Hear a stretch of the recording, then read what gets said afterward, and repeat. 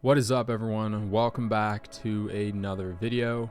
I know it's been a while since I've last posted. I think it's been about 2 weeks now, so I apologize for the lack of content.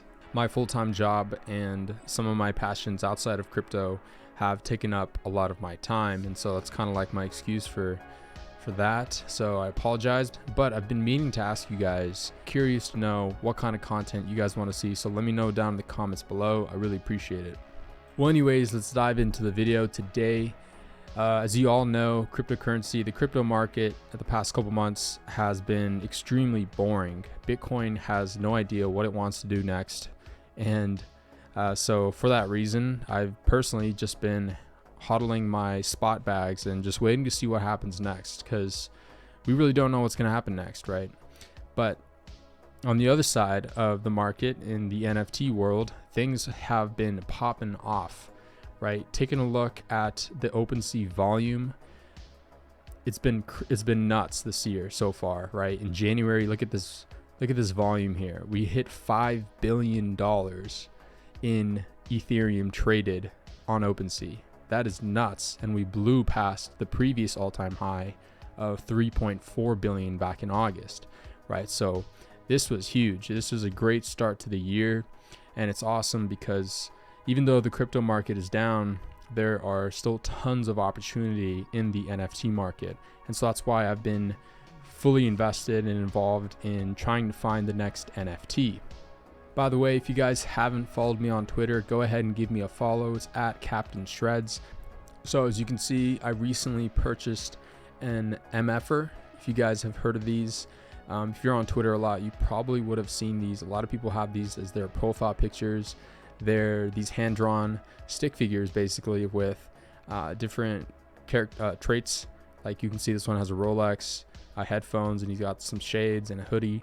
I love these things. And today in this video, I'm going to talk to you guys about why I think this project, this NFT project, should be on your radar, and why I think this thing can go even higher, potentially even to 10 ETH, right? And it sounds absurd because this is what some would consider a low quality NFT, but stay tuned and I'm gonna explain to you guys why I think this thing could go to 10 ETH. As always though, guys, nothing in this video is financial advice. You can easily get wrecked in this market, so that's why it's really important that you always do your own research, especially now with all these derivative collections, these rug pulls, and these scams, right? The market is extremely saturated, and a lot of these are going to zero, right? We all know that 99% of these NFT collections are going to zero. So just be careful with your money and stay safe out there. List. Okay, so you can see they're currently sitting at a 3.1 ETH floor, which is absurd to think about because of how simple these NFTs look. But let's get into why these have been pumping and why I think these things can go even higher. Okay, so they're currently $8,600. So basically, just to give you guys an overview, if you don't know about this collection, it is created by this guy named Satoshi. He basically hand drew these stick figures, and eventually he started to draw cartoons and make memes about just the NFT space and in crypto in general. And so basically people liked his people liked his memes, and so they told him to mint them, right? Start a collection. And so he started doing that. And one of the favorite memes that he loved was the "Are you winning, son?" meme, right? Where the dad comes in and he's got a cigar in his mouth and he's got a cup of coffee or whatever, and he's asking his son, "Are you winning, son?" And then the son is like, responds, "I'm a liquid AF, dad." It's just funny. I remember when that meme first came around. It was a really great meme, and that's one of the reasons why I think this project is really good. It's really strong because it has that origin story of that meme, where it originated from, right? And everyone that is in NFTs can kind of relate to it, or they can relate to it because it's just funny as hell, and that's just kind of the truth of it, right? Like we're holding all these NFTs and they're quite illiquid.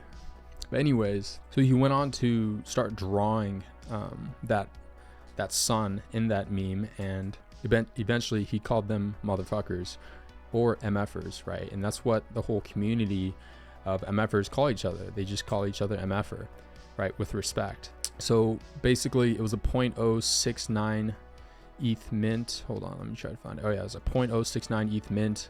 They launched on November 30th, 2021. And there were no whitelist, no honoraries, no paid promos, no nothing, right? There's no utility, no roadmap, no nothing. And he announced the project the day before, and they sold out in minutes, right? Which is pretty crazy. I had no idea about the project. I'm quite late to it, to be honest, but I'm really starting to see the value of where this is coming from, and why there's so much hype behind these. So as you can see, the launch process was very fair. There was no whitelist, no paid promos, no nothing. It was very fair, and it was built from the community up, right? There's no team to, like Satoshi, the guy that created this. He's not even, like, he makes no calls whatsoever. He allows us, the owners of these MFers, to do whatever we want with these. So we earn the IP to it, the intellectual property. So he puts it very similar to how CryptoPunks are, right? CryptoPunks are like the OG NFTs, and the MFers are basically the OG meme, right? Of where all these NFT memes started from. So you can see here about some of the responses he has to comments all the time about having a roadmap. No, MFers are paving their own roads. Satoshi should do a paid promo. No, MFers move organically, right? You can see that the growth of this project and this collection is very much natural, unlike a lot of the NFT collections out there. So that's pretty much what how the MFers came to be. I want to check out this tool called Compass, and by the way, I will leave a link down in the description below if you guys want to check this tool out. It is free to use and it's extremely useful.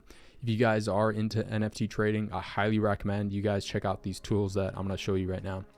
Anyways, let's check out the chart. You can see the tremendous growth that we saw just in the past month, right? Now this looks very sketchy. Like, this is the kind of chart where you don't really want to be buying in now, right? But let's keep digging. Anyways, you can see the sales here as well. Looking at the 30-day, you can see the floor price of the sales slowly trending upwards, retesting and slowly going up. And you can see that here we've been in this kind of consolidation range where we've gained a lot of support and a lot of sales between 2 and 3 ETH. That's why I think we can climb higher, right? We're seeing kind of what we saw back here, let's say, where we do a retest and there was huge demand, right? There's a huge demand of buyers, and we came straight back up. And that's why I think we can climb higher. Okay, let's check out the holders. You can check out the holders tab here, and you can see who the whales are in these NFT collections. And this is why I love this tool, because you can actually see who the whales are and how many of the collection they are holding. Now, obviously, you want to see more distribution, right? You don't want to see too many whales holding a lot of the NFTs, right? You want to, because that would make it centralized and they would have more control over the price of the NFT, that have a track record of successful flips and trades. And obviously seeing Pranksy there made me bullish on this project. And you can see, obviously, he sold a couple. I think he had 27 earlier this week, but now he's down to 9, or he's down 9, so down to 20, which is fine, and it's good for the project, right? You want to see less centralized control and more, like I said, more distributed wallets, more unique wallets. I also wanted to show you guys flips.finance, which is another tool that I use. Okay, so here MFers constantly kind of spiked and then dipped, obviously, right? People selling off, and you have the paper hands getting out and the diamond hands coming in. Okay, now eventually, boom, we like mooned here all the way to 3 ETH 5 days ago on February 13th. And then huge sell-off, right? Because everyone wants to get out. And it came all the way down to 1.5, I believe. And I was sleeping then, but when I woke up, it was at 2 ETH. And I was like, oh my gosh, I need to get in, right? Because the demand was there. People wanted this, and the paper hands got out and the diamond hands came in. And so I had to get in. I bought one at 2.5. I was hoping to get one around 2, but it was already, sales were going through the roof. And you know, this, obviously you want to see something like this, right? Where you see a major sell-off, but you, at the same time, right after it, you see huge buying. And that made me very bullish. And that's why I went in. That's why I aped in. And who knows? I could be wrong. We could dump from here, but I'm quite convinced that we're going to climb even higher because of how much demand we saw here, right? Because the way I think of it is, if we see another huge sell-off, there's going to be more buyers, right? In my opinion, I could be wrong. Like I said, this is not financial advice. And we've been chilling at this 3 ETH floor for a day or two now. And I think that we're going to climb higher because we're holding this 3 ETH floor. I really do think so. And if you go on OpenSea, obviously you can see all the sales. What you want to see in a good NFT collection are sales of rare NFTs, right? Of the rare ones. And you can see here, there's a 16.2 ETH sale here, which is way above the floor.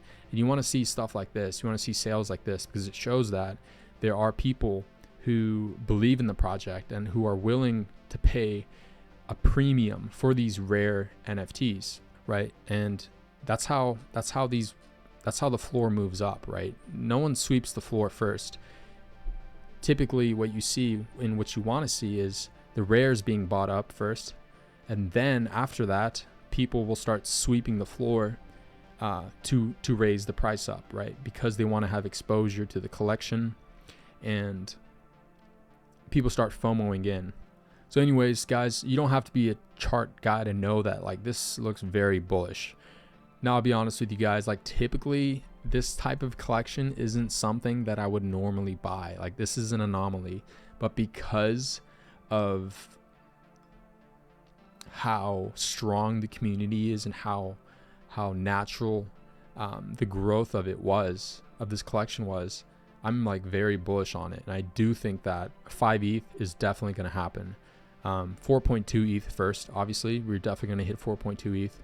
And then from there, I think we're going to climb higher, possibly even towards 10 ETH. I really do think so. Memes are powerful. I think we've learned that in the past 3 years, right? With the whole short squeeze with GME and AMC, with Dogecoin, right? Like no one would have expected these meme coins to pump. Someone within the community paid for a billboard in New York City, and you can see the MFers there. So cool, right? And this is what I mean by the community is what's strong about this project, guys. Like I'm not trying to justify paying $8,000 for this stick figure NFT. Like it's probably one of the I think it is one of the dumbest purchases I've ever made, right? But as an NFT trader and a natural degen at heart, scared money don't make money, guys. Like in order to make money, you got to risk your money. And obviously this is not financial advice. There's probably other NFT projects out there that are probably safer bets, but I think that MFers are definitely something that you don't want to overlook. So before I wrap up this video, I want to leave you with this one note. The most entertaining outcome is the most likely. And my boy Elon Musk has said that before. And I do think that it's true, right? We saw that with Dogecoin. We saw that with Sheebcoin. We saw that with GME, AMC. All these memes have completely blew our expectations. So we'll see how these MFers do. Y'all can roast me if it dumps, but I'm not convinced it will until proven otherwise. Anyways, guys, I hope you enjoyed the video. I hope you learned something new. Let me know what you think about these MFers. Let me know what if you own one or if you are invested in other NFTs. I'm always down to listen to what you guys are looking at. If you did enjoy the video, make sure to rate the video and subscribe for more content in the future. Thanks for watching. Stay safe out there, and I'll catch you guys in the next one. Peace.